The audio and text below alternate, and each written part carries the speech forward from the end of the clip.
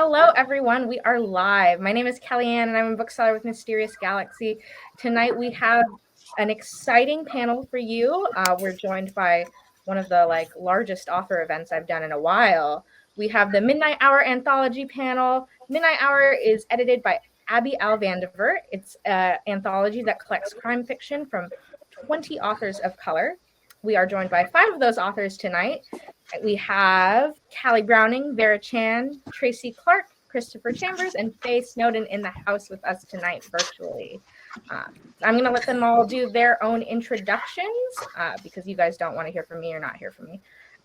But before that, some house rules. You'll find on the right-hand side our chat section. Feel free to say hi to our authors there as the event goes on. Below our video, you'll see a green button that says Purchase Midnight Hour. If you haven't purchased this anthology yet, if you click that button, it'll take you to Mysterious Galaxy where you can purchase that book.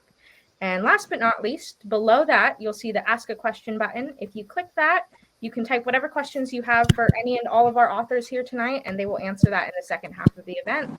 So with that, I'm going to turn my screen off and let the panel get started, and I will see you guys at the end of the event. Have a good one. Tracy, alphabetically, you can start. Oh, really? Okay. No, wait, alphabetically. Oh, wait a minute. Oh, I'm so terrible. Yeah, Tracy. No, I think it would be me because I'm a bee. Oh, yeah, that's right, Callie. Yep. That's This is okay. why I'm a writer, because I can't do my English. Keep going. Yeah, me too. Hi everyone. I am from Barbados. I live here still, so it's currently 11 o'clock. Sorry, at night, almost midnight. So very fitting for me to be here, close to the midnight hour with you guys. I have written 2 books before. I've written some short stories. I've won some awards. I've been featured by some amazing magazines like OPRAH and Yahoo. And I'm excited to be here with you guys, these big heavy hitters tonight, to talk about Midnight Hour. Hi, I'm Vera Chan. Now I know my alphabet. I am in the Bay Area, so I think I'm the only one in this time zone. I actually worked at Yahoo, so thanks, Callie, for that call. I am the fiction debut author here in the crowd, so I'm very excited about that. My background has been in reporting and editing in newspapers and magazines and online. So very fortunate to be, as Callie says, amongst the heavy hitters, and excited for the conversation that's going to follow. And I am Tracy Clark, author of the Cast Rain's Chicago Mystery Series, 4 books in the series so far. My standalone coming out next December, entitled Hide. I'm excited about that. And waiting for Christmas. Ho, ho, ho. I'm Chris Chambers. I'm the only guy up here, in case you haven't noticed. Sometimes I feel like that in some of these groups, which is a good thing because I've been doing this since 2001, and wow. I've seen women, particularly women of color, really just take the genre and just do some amazing things with it in terms of crime fiction. So I'm here in Washington, D.C., home of the January 6th insurrection you've been hearing so much about lately. My debut novel came out in 2001. Since had 2 hardcovers through Random House. My latest has been Scavenger from 3 Rooms Press, and the sequel to that comes out in October 2022. And I'm really privileged, blessed, et cetera, to be part of this anthology, because anthologies seem to be where the real creativity seems to not dispelling everybody's talent as a standalone novelist, but it really works the brain a lot more, I think, than a novel does, in my opinion. And it's just amazing to be in the company of such people. Great. My name is Faye Snowden. I have been writing, early teens, probably since I could walk and talk.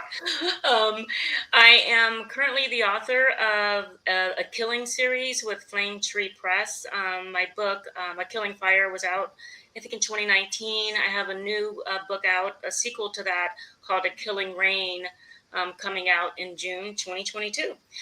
Decided to, while I was waiting to, plot and write the books in the Killing series, I wanted to try my hand at short stories, and recently I've been doing that and finding a lot of joy. And you're right, you just get the creative juices flowing, Chris. So thank you for having me, and I'm excited to be here. Great. And I think we're just going to be asking each other questions and doing a round table and everything. And so, but I'm going to have to, sorry, not to be judgy, but I'm going to go to the most exotic locale, which is Callie. So Callie, I think all of us, we have a reason for our setting, but Callie, Barbados, come on, what's up with that? Tell us more. Well, I am born and bred Bajan. Today officially marks 40 years of me being a Bajan, because today is my birthday. So Happy birthday. So 40 years today I've been a Barbadian. We call ourselves Bajans. Some of you may have heard of the island before. It's a really small island, population of 280,000 people, the most eastern Caribbean country.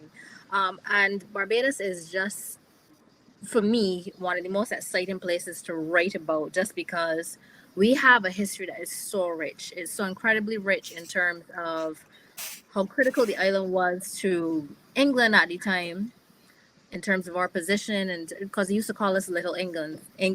So we have a lot of really great infrastructure here, because the British always used to use the country for a lot of things. And we have a parliament building that looks just like the one in England, and it's just a really, really cool place. And then so it has this cool British vibe mixed up with an African vibe, because obviously most of us are of African descent, and then it also has a Caribbean flavor too. So all of that just mixes together and creates great food, great culture, great music, and it's just a very exciting place to write about. Has anyone ever been to Barbados? Yeah. Really? Where'd you stay? Well, my uncle worked for Mobil oil. Oh, yeah. And I went and I stayed with them. It was on the southern end of the island, and there were a lot of caves and cliffs, I think. And St. Philip probably.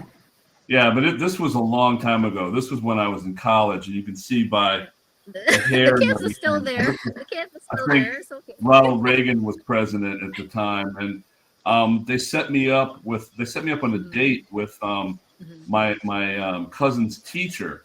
And the place, the school was beautiful. She was absolutely gorgeous, but they had some Caribbean notions of child discipline. So when I showed up there to pick her up on the date, she was beating the crap out of two little girls with a ruler. And at first I was excited, but then I said, "Oh my God!" And that, plus the fact that I couldn't drive a stick shift very well, kind of killed the date. So, oh dear. That's my Barbados story right there. Okay. No, that's probably an old time thing, like you said. That doesn't happen anymore. So Callie, she wasn't beating them on the head. They had their hands out, and she was smacking them with this stick, and it was compelling yet worrisome. Yeah. Mm-hmm. So Callie, I was going to ask, so where's your story set, and you want to tell us a little bit about your story? Sure. So my story is set at the Prime Minister's residence here in Barbados. So it's set in a secret love dungeon at the Prime Minister's residence. So you can see how this is just going to go sideways in a hot minute. That's at this rate. So it features these two women who really have no earthly business being in any conversation at all, and the discovery of a body inside this love dungeon at the Prime Minister's residence. So That's what my story is about. I don't know. I don't know what really was the inspiration for it. One, I just sat down and the first words came into my head. Are you sure he's dead?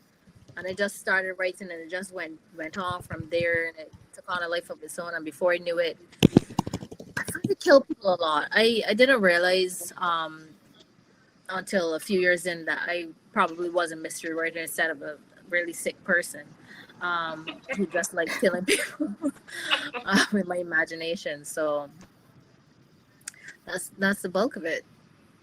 You know, actually, that's it's funny because everyone says write what you know, and here we are.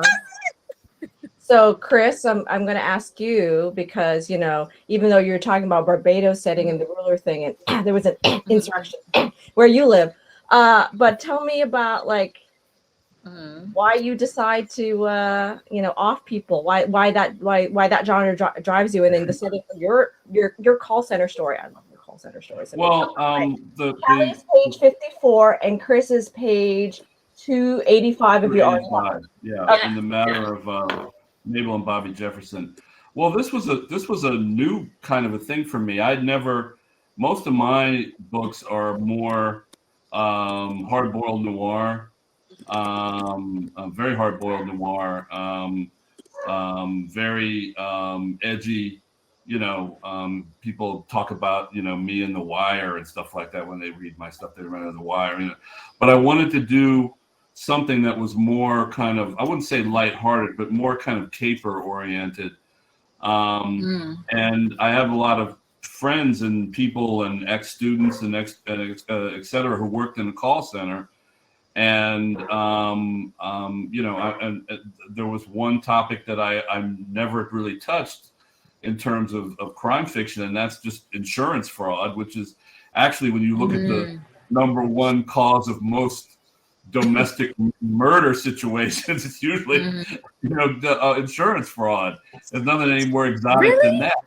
And so I wanted to maybe riff on that, and so it was definitely an experiment for me, because it took me. That's why I was talking about short stories. It took me out of my comfort zone. I mean, I have stories based here in Washington, and primarily that's because my mentor is George Pelicanos, who's a DC staple, and now he's a showrunner and a director on HBO and et cetera, et cetera. I tell people my idol is Walter Mosley, but that's more aspirational. That's more pie in the sky type stuff. But my mentor, in terms of the nitty gritty and teaching me what to do, and has always been Pelicanos. So this was definitely a departure, and it was fun. It was fun to write because it was short to the point, and I wanted to really kind of, in addition to the crime aspect, just pay homage to all the people who have to sit in a call center with a headgear on at midnight when it's another time period somewhere else, and he's alone and it's snowing and he's got some jackass who's a supervisor who's in another city, watching him on a monitor to make sure he upsells and rips people off accordingly.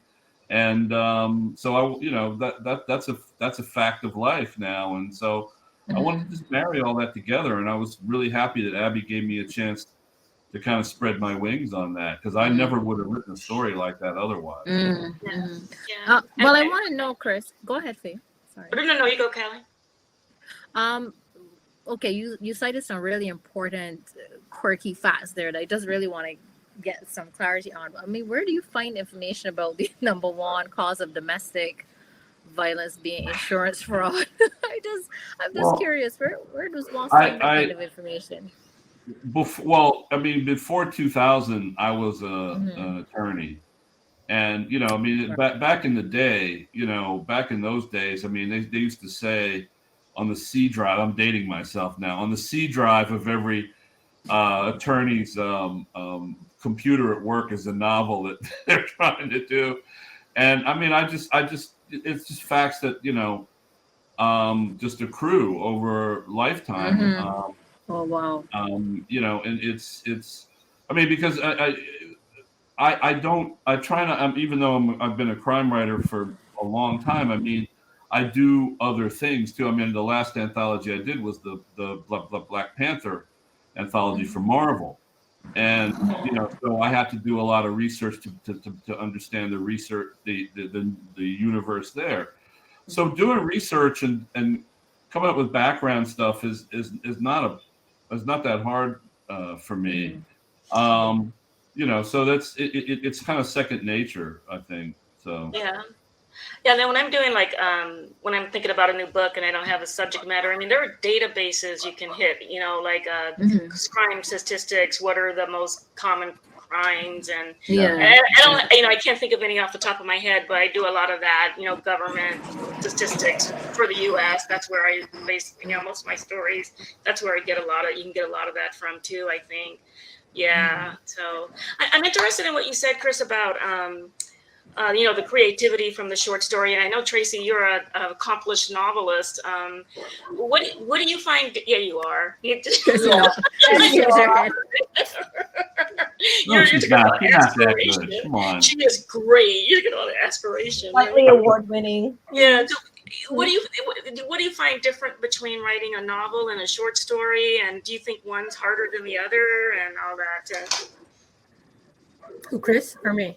Or Tracy, Tracy. Yeah. I think short stories are harder because you have to sort of condense an entire story into 5,000 words, or maybe 10,000 if you're lucky. The story that I wrote for the anthology is just my second one, and it's just as hard as the first one was. I mean, it's sort of trying to get your mind to sort of pare it down and sort of get it to the elemental level. You're getting right to the heart of what the characters are, what the needs are, what the conflict is, and you have to condense all of that into like 10, 15 pages as opposed to 360 some odd. So it's more difficult, I think, short stories. And those who do it well are geniuses in my mind.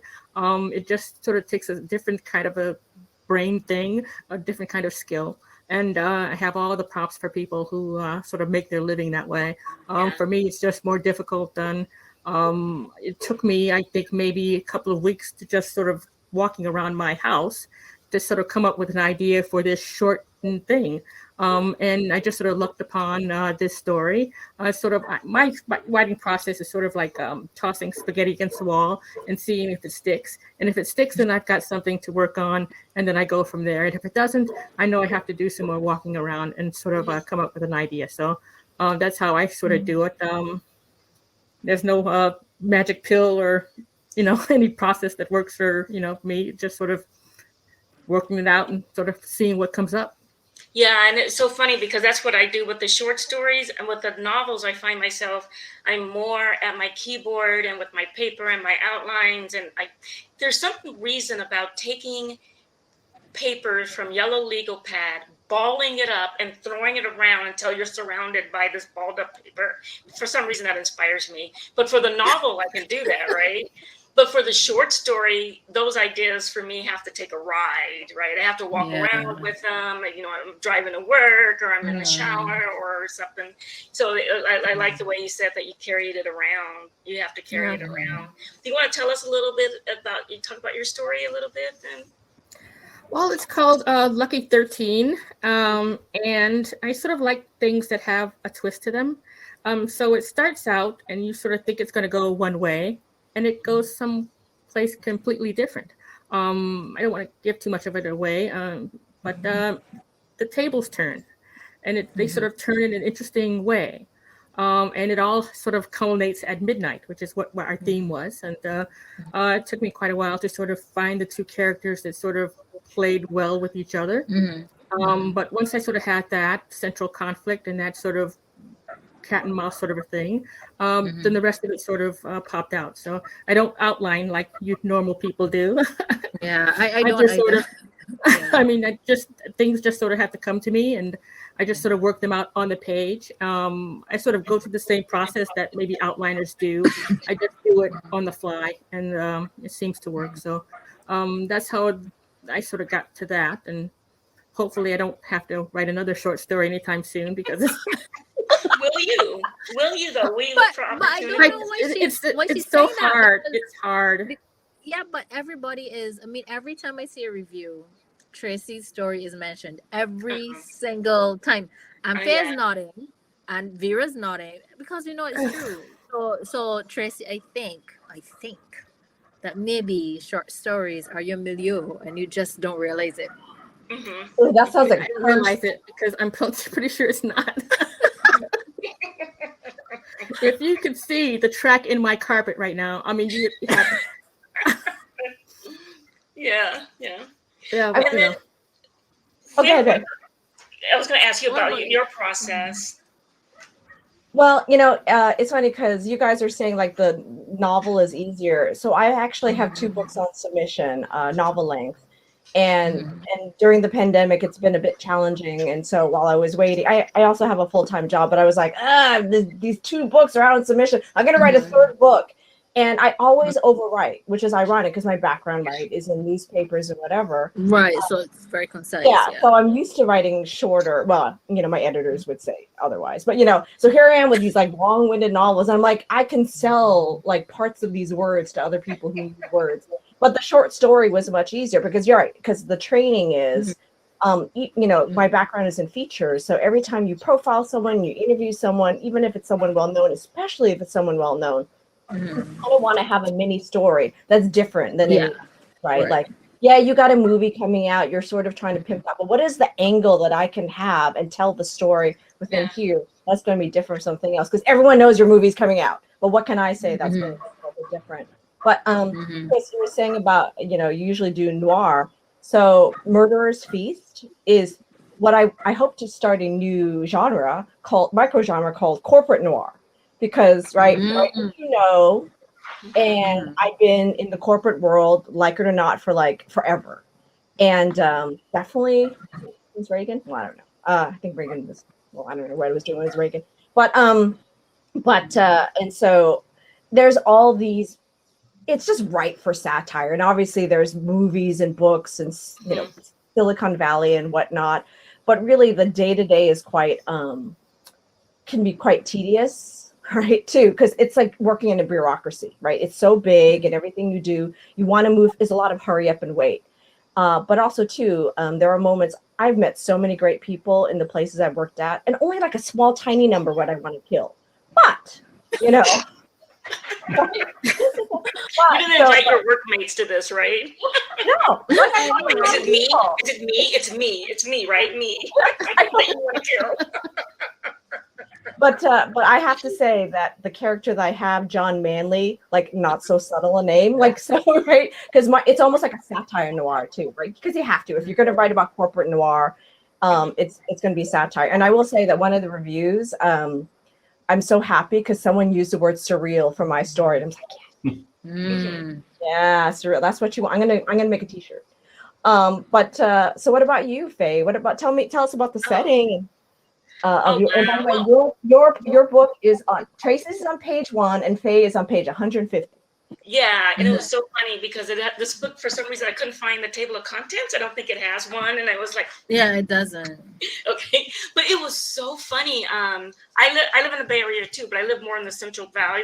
I live in Modesto, and then I also I lived in Pleasanton for a while, little tiny town in Northern California. Like the movie, have you seen that movie Pleasanton? It starts in black and white. Well, Pleasantville, but it's just like Pleasanton. Yeah. So anyway, I was driving a lot from the Bay Area to my home in Modesto, and that ride for some reason was so fascinating to me because you drive out of Pleasanton and then you kind of drive into the valley and it's like almost immediate kind of country. And I remember every October we would pass these pumpkin fields and I would just look out the window and just dream about what was going on in the pumpkin field. And then there were this, and I call it shooting down Kiernan. It was like an expressway. And there was this old abandoned house and on this expressway. And I used to just like look at that house and imagine what could be going on around it, in it. I like ghosts. what ghosts could be, around this house and whatever. And then I also have a thing, I don't know if it's my stick or not, but I think a lot of our characters, and the reason I choose murder is because I want something with really high stakes, because I'd like people to maybe pay more attention to what I write. So I had to kill a few people and get their attention. So, but the attention that I want to get is, I think that we are all born with, and I know this is going to get existential and a little new agey, and I do apologize, but I think people are born good, that you have this humanity that's intrinsically within you, right? You can't, that's not something that you can prove.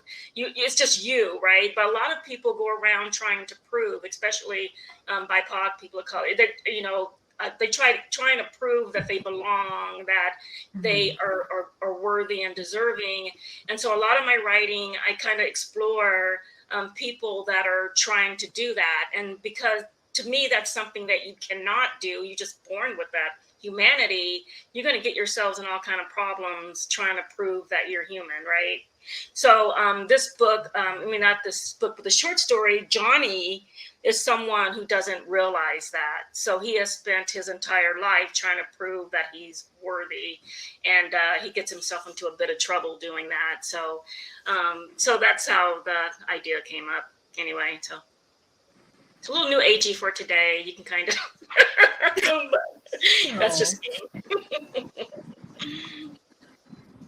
And then Chris, I see that you Delia dropped in a question. You want to get that? Well, I and this is probably, you've got 5 different answers, but she said, is the novel an arc? Is the novel an arc and the short story an inflection point for the character? It depends. Because my story was very short and very to the point, and every story has its own arc, but that doesn't necessarily mean that the short story is like a piece, and a novel is a bunch of short stories. You could say that. Each chapter is a short story, but I think that that it could be. It depends on what you're doing. My story was not, I would say was an inflection point for the character, but it was also its own little arc, self-contained. And I think that, and then again, that's what makes it so beautiful, is that, it can be whatever you want, as long as you fit the theme that, say, that Abby gave us, it had to take place around the midnight hour.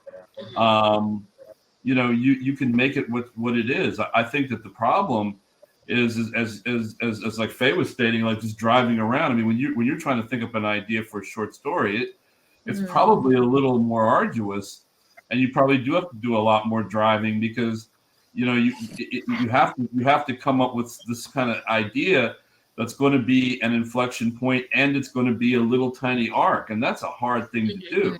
That's it's true. Very hard. Unless your story is totally dark character driven and also driven by like a locale, the setting, unless it's that, it's very tough. I know Colin Channer, who's a poet. He's from Jamaica, that other island. That's my island. That's my dad's island. And he said that aside from poetry, writing a short story was the hardest thing he's ever done. And poetry is really hard, because you have to think about that. So I think it's an inflection point and an arc, and that's what makes it so damn difficult. That's why when you're in an anthology, I think people, there's some people I think that for some reason say, oh, I just got in an anthology, I haven't been able to publish my novel yet. Look, if you were chosen for an anthology, somebody thought you had the thing,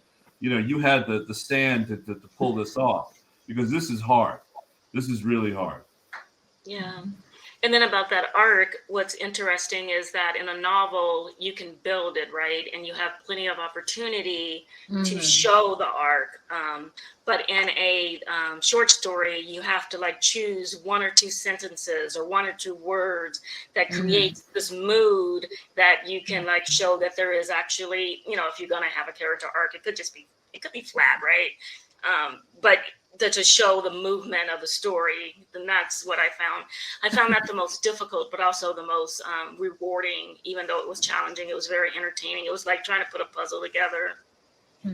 Really quickly though, I mean, short stories, you have to do all of that inflection point, crisis, conflict, arc condensed. So I think it's whether it's long or short, it still has to have character arc. Every character has to have some kind of journey Change. Journey. Exactly.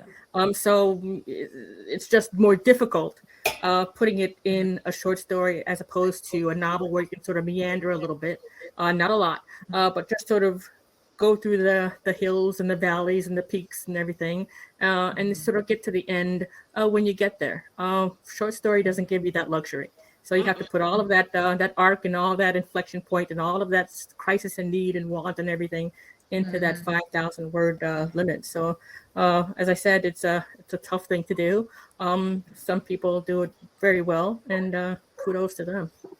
Yeah, and it's not a lot of real estate too to be able to set up without delving into gross generalizations, right? You want a little bit of meat on your characters. You don't want to just paint the villain, right, and the hero or whatnot. You want a little.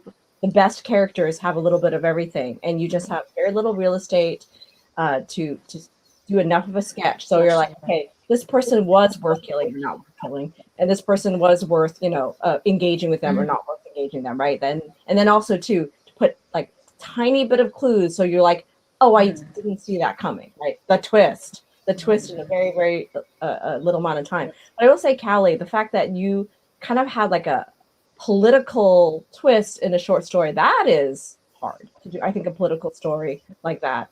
And then plus an underground bunker too.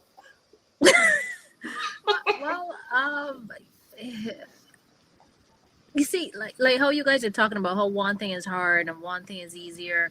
I find I kind of straddle the fence a little bit here, because sometimes I'm in a mood to write short stories, and other times I feel like I really struggle to contain my characters so they will do what I want them to do. That's actually how the first book that I published was written, because it was meant to be a short story for a competition.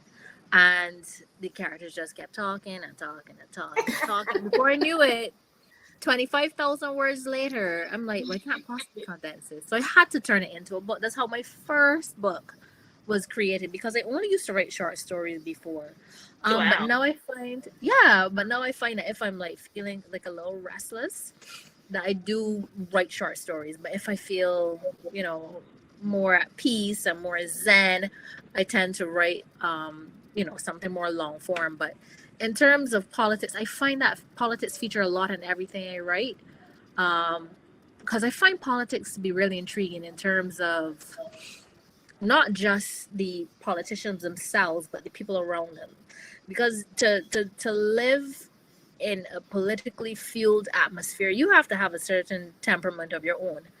And once those things intermingle, I find that people get, you bring out greed in some people and fatigue in others with all of the kowtowing and all of these other things. So I find I tend to infuse politics a lot in my murders and my mysteries and everything else. I always find it to be very interesting, the way how that dynamic can shift people.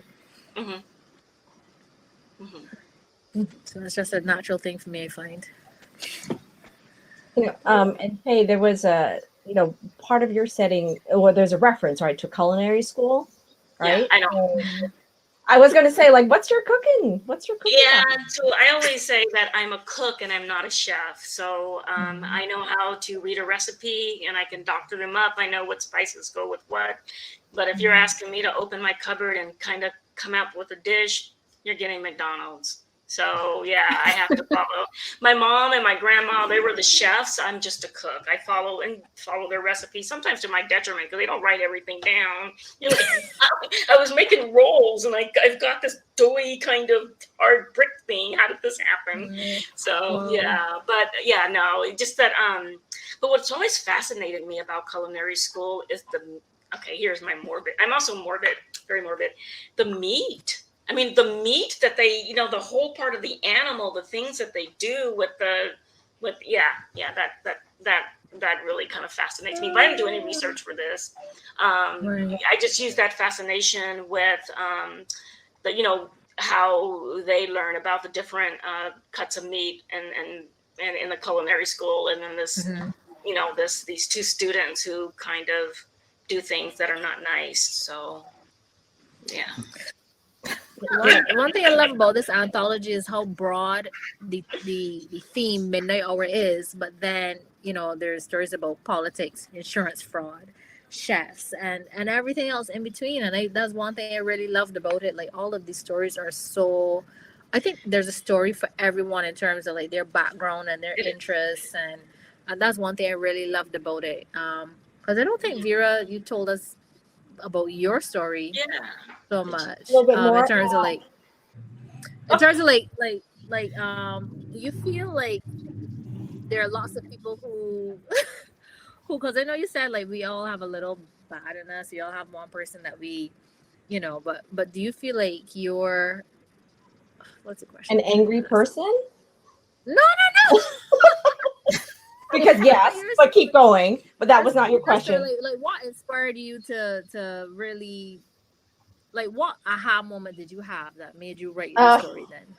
Well, okay, so the plot, such as it is, A Murder's Feast, is there's just this reprehensible techpreneur, right? Like the whole stereotype, but yet still exists, of this obscenely wealthy man, and he has gotten where he is by just tearing people down, right?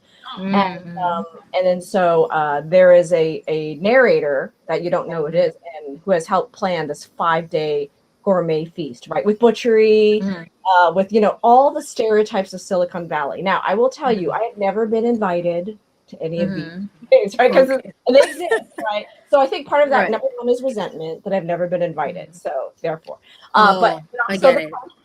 But the premise is that this man is so repulsive and reprehensible, but yet, you know, just like in any up and coming industry, right? People come because they want to kiss up, but at the same time, they want to stab you in the back, right? So that's like kind of the basic premise of this. And it's a bit of a comedy in some ways, right? Even though it's a corporate noir, is like, you know, he's surrounded by his closest friends and enemies, right? And then the other thing is that, you know, I am, as with any kind of pseudo satire, is skewering the whole concept of Silicon Valley, of all this kind of wealth divide. There's references that I make to you know, trafficking. You know, there's references that I make to how the apple orchards were torn down to make office parks. So you know what, I am jamming in all my meta issues, right? About like, and I'm surprised I didn't have something about climate change in there, right? As well.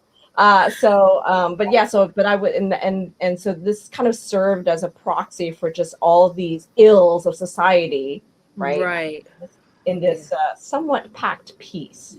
So, so it was good. And then as far as inspiration, you know, sometimes parodies write themselves, right? Once you start thinking of the characters and you're like, I've got to mention kombucha somewhere, right? Like, it's just a matter of like how you rein it in. But I will say that I remember someone telling me about there was one of the companies I worked at, I shall not mention, and there was I was under many CEOs, and one of the CEOs like had their special party that they were invited, you know, people were invited to, not me. And so someone told me about going to the party, and this particular person had like like gardens just by color. Like, so there was the white garden, and then there was one other color, like the purple. I'm just gonna up or whatever. And I'm like, that's when you know that you're a bit comfortable, when you can plan like an estate and just like, this will be this color, and it's a living thing, and I will kill any color that doesn't belong or transplant to my other garden. So crazy, you know, like, Zillow gone wild. Have you ever seen Zillow gone wild? Yeah. Well, there are like two questions from the audience. So let me ask the first one. So so one is, what is your favorite part of writing crime fiction? So I'm gonna just turn that over to the floor. Tracy's favorite part is thinking of the short story she's going to write next. No, Is it She's like got- constructing she's the got a crime? house in the gardens Uh-huh. like that, by the way. Constructing the crime, actually putting, constructing the crime. Is that the favorite part? Is character building? Is weaving everything together at the end? Editing? Free writing? Justice. Justice. Who said justice? Justice. Vera. I read a lot as a kid, right? But I read so many mysteries. I read my Sherlock Holmes and my Agatha Christie's and my G.K. Chesterton and I Dick Francis and now Tana French and like all this kind of stuff. And I like watching procedurals as well. And I also watch a lot of kung fu movies, right? And it's with the I must avenge my family, right? I think there's a poster behind you, Chris, that probably pertains to that, right? And to me, and I don't like soap operas. I don't like dramas unless it's like Jane Austen and Vanity Fair kind of stuff, right? But I want resolution. I want justice. I want someone to pay, and then I think that also too, and this is why I went into features rather than breaking news, is sometimes you can talk about the ills of the world. And sometimes people don't want to hear it. But if you put it in this kind of entertainment format, you can bring in these issues about human nature and politics and whatnot, and then bring some justice to it. Yeah. Yeah. I also I love like that you said exploring. that. I like exploring evil. I know what Faye sort of thinks about it, that we're all born good. There's some of us out there who are not quite good. And I sort of like delving into characters who sort of look at the world kind of cockeyed. And, sort of like looking at those kinds of characters and seeing how they sort of justify some of the things that they do. I write PI fiction mostly. So again, at the end, there's a resolution to whatever the case is or whatever the crime is. But while I'm getting there, I'm sort of looking into these characters who sort of believe to their very core that they're doing it the right way, and they are not. There's this sort of kinky sort of a thing in their brain or in their person that sort of has them sort of going through their life's journey contrary to how the rest of society does it. So I sort of like looking into that brain, into that person, and trying to figure out what motivates them, why they're doing what they're doing, and then what my protagonist or my main character can do about it. So I kind of like that sort of evil bent sort of a person. I say those people let the dark side win. Yeah. But they let the dark side win. But I do that too with my character in a killing series, Floyd Burns, is kind of like that. You don't know where he came from or why. Yeah, and that's here because that we have that, right? Yeah.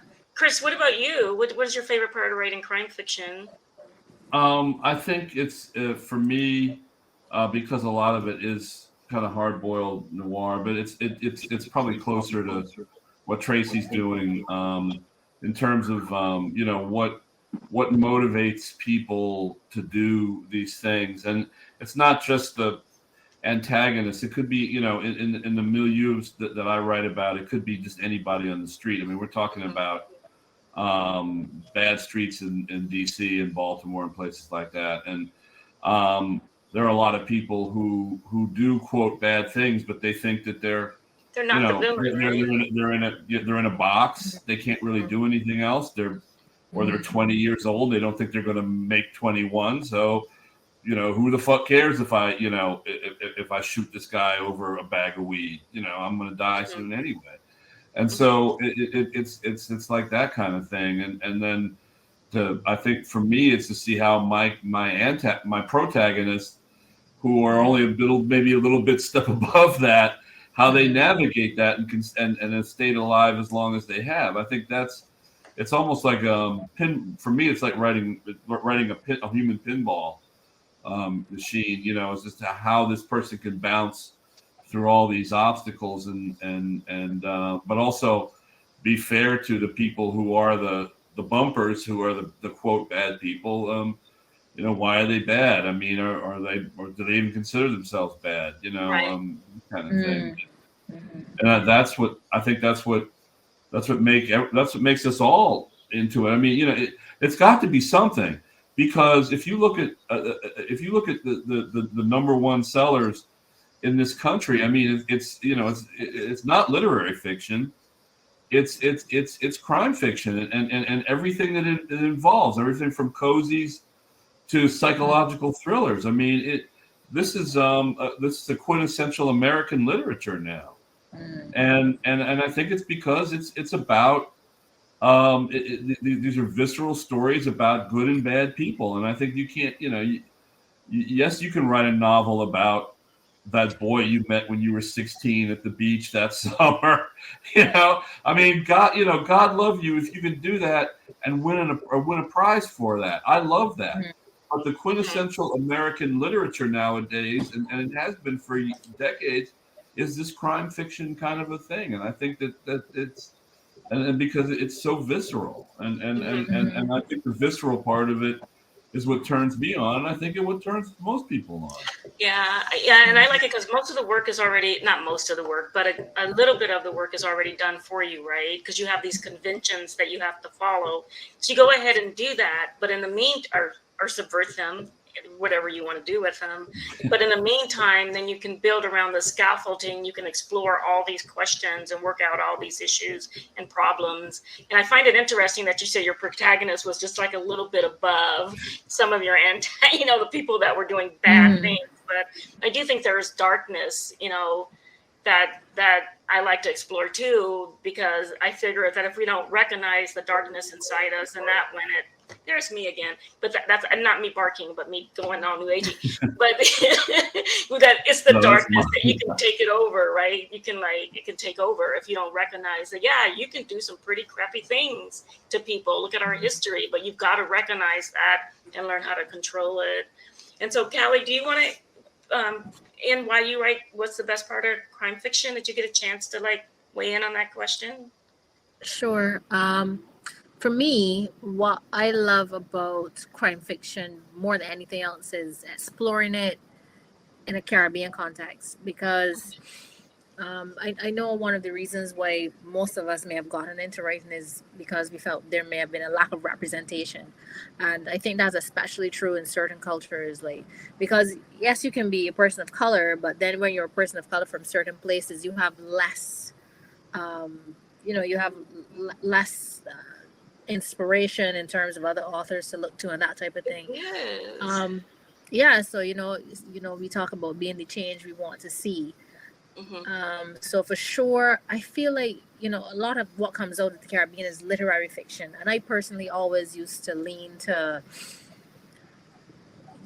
literary fiction as well. I love it, but I also used to read a lot of crime and that type of thing, and I always found myself like I said, just automatically leaning towards killing people. So I felt to myself, there's nothing wrong with publishing this and getting out and using Barbadian places and Bajan accents, and because I feel like it has a different flavor to it, every single time and that's one of the great things again about this anthology, is that you get so many different flavors of different cultures and different backgrounds and experiences, and I feel like that is literally priceless. This book takes you so many places, whereas I find sometimes with other anthologies it feels, not saying that any of them are bad, but you get less diversity.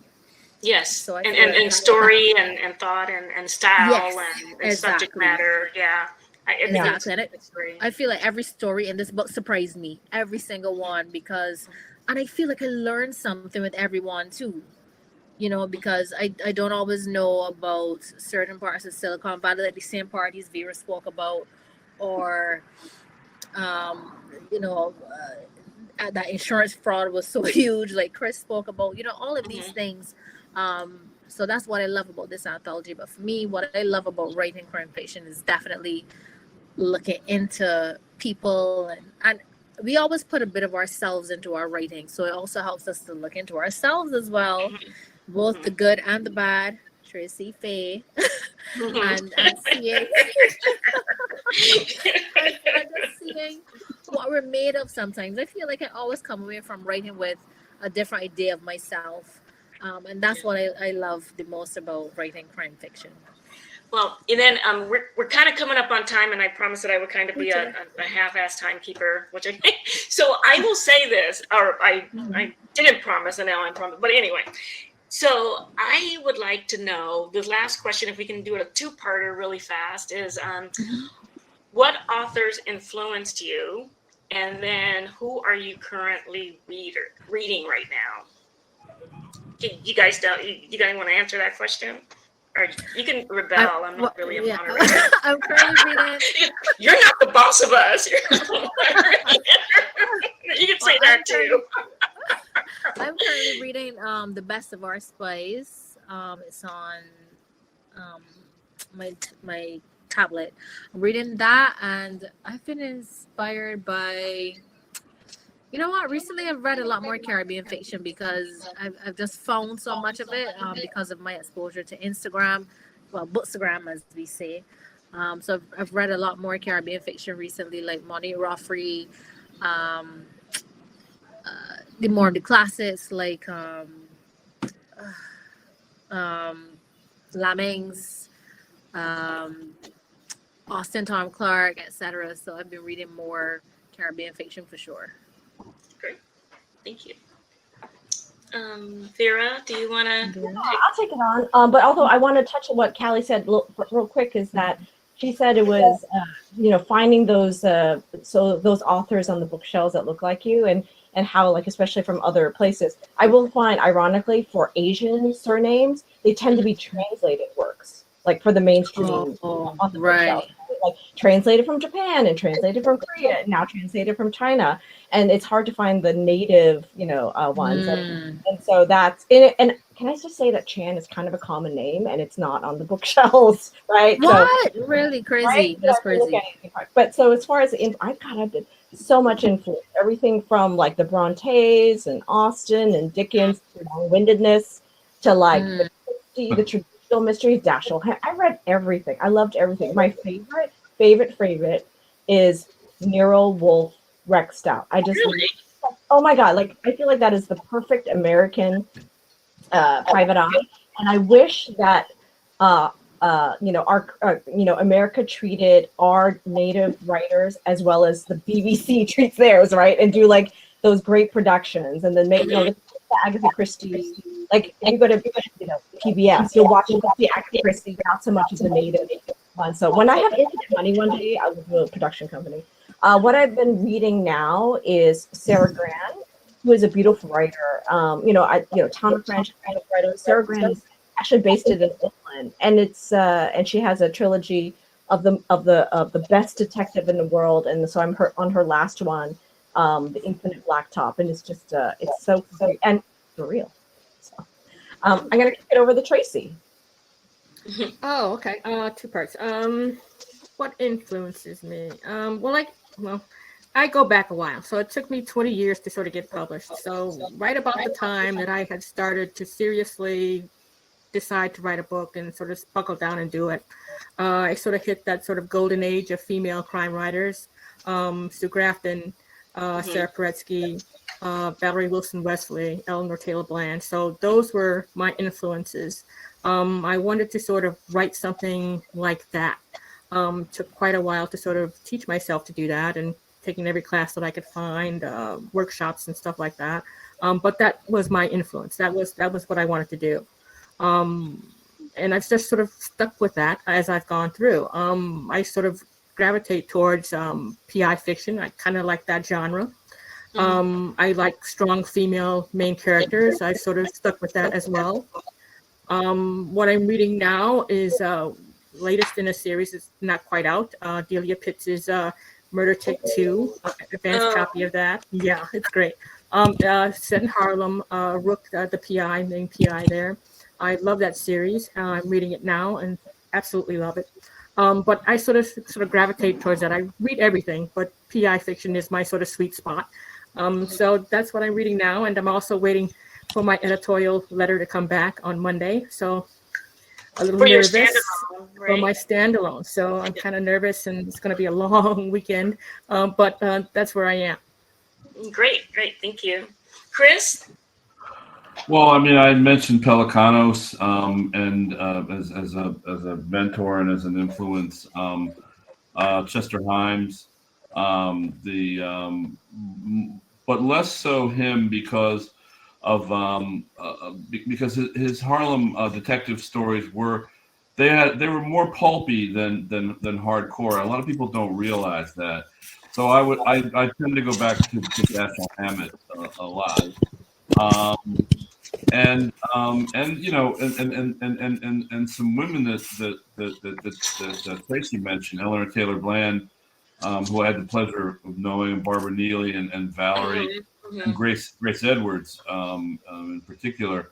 Right now, I'm not reading anything, although I have Runner up on the shelf over there. I have to. What are you waiting for? You have it. Read it. You know, day job stuff kind of like chomps into stuff, and I'm like, you know, so I have it. I got like a marking pen stuck in it somewhere because I'm trying to copy it so I too can get movie deals. But other than that, out loud. That's what I've been reading.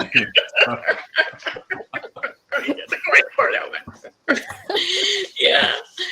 Oh my goodness. So mine's I've always been a geek. So I'm an English major, literature geek. So you know the canon stuff. Like you got Ralph Ellison if somebody were to like put a gun to my head and say, Faye, what's your favorite book, and made me choose, I would have to pull out The Invisible Man. I said, sorry, God, it's Invisible Man. But then of course you got Toni Morrison, Beloved, Sula, Song of Solomon, and then Ann Petrie. If you guys haven't picked her up, I forget what The Street. Just one day, just pick it up, read The Street, and it is the most beautifully stark and beautiful writing, but also with a story that will knock your socks off. A crime story that will knock your socks off.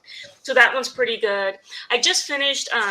You know, it's really hyped, but it was hyped for a reason. My Sister, the Serial Killer, was really good. A really short read. Yeah. Also love Walter Mosley. Found out he liked Gwendolyn Brooks, and Gwendolyn Brooks is one of my favorite. I love her, but I'm reading his book. It's called it's a long title, Down in the Ocean Until the Sea, or something like that. I probably butchered it, but I just started that one, and then I'm going to be reading a lot of others. Right, I want to get more into Attica Locke. I want to get more in Rachel Hazell Hall, and also your books, Tracy. And now I'm saying The Quiet Parts out loud. But I do want to like I just to get into those books as well. So yeah, aside from the other ones, yeah. So yeah. Yeah, and you know, one thing that we were all mentioning was just the diversity of this across. There's a ton of writers, a lot of crime writers of color. The fact that we span so many the micro genres in mystery, I think, is what makes it so unique, right? And I don't know. Someone give me the stats. What is the last anthology with all writers of color? It was doing quite well. It is doing quite well on the Amazon. Is this like historical, right? Is this historical? Because I think it is. There was one that Eleanor Taylor Bland put out called Shades of Black that had. I read that one. And I think Tracy was in there, and Were you in Shades of Black, Tracy? I was. Yeah. I don't know how I got in there, but she asked me to put my stuff in there, and I said, "You have to be kidding me! I know way I should be in there with Walter Mosley." It is historical. I mean, rather. I mean, because that was a long. And I'm so glad you mentioned Eleanor Taylor Bland. I was the second winner for the award that's named after her, Sisters in Crime. Oh. So you guys know, Wow. it happens every year. Have people apply, and you know, it definitely helped me on my way. Yeah. I think Abby's done a really wonderful job pulling these authors together, and the fact that the book is doing so well is just testament to. Bell Hooks passed away the other day, and I literally sucked in my breath. I mean, sucked in my breath when I saw the news, and I always loved Bell Hooks, and I would just say that we got to claim our talent. So in honor of Bell Hooks, there are some badass writers in that book and Midnight Anthology, and you guys should really check it out. Lots of talent and lots of, like Callie was saying, diversity and on so many levels, and you won't be disappointed in any story that's in there. So Yeah. thank you guys so much. That about like wraps us up perfectly. We're almost at that hour mark. You guys did fantastic. And thank you so much for the wonderful conversation. Thank you for joining us, Tracy, Chris, Faye, Callie, and Vera. Thank you guys so much. Thank you to our audience for joining us tonight and participating and submitting all your questions. Sorry we didn't get to like all of them, but I think we did a pretty decent job. If you guys haven't purchased Midnight Hour, you can do so by clicking that green button that says purchase at the bottom below our video.